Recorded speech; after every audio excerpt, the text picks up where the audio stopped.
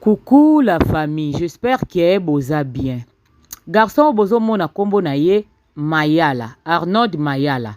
Azaka awa na Luanda, akende kini kotala ba famille na ndenge ezalaka, atike mwasi na ye awa na bana mibale. Lera komi na kini bakomo vivre na fi o Samira.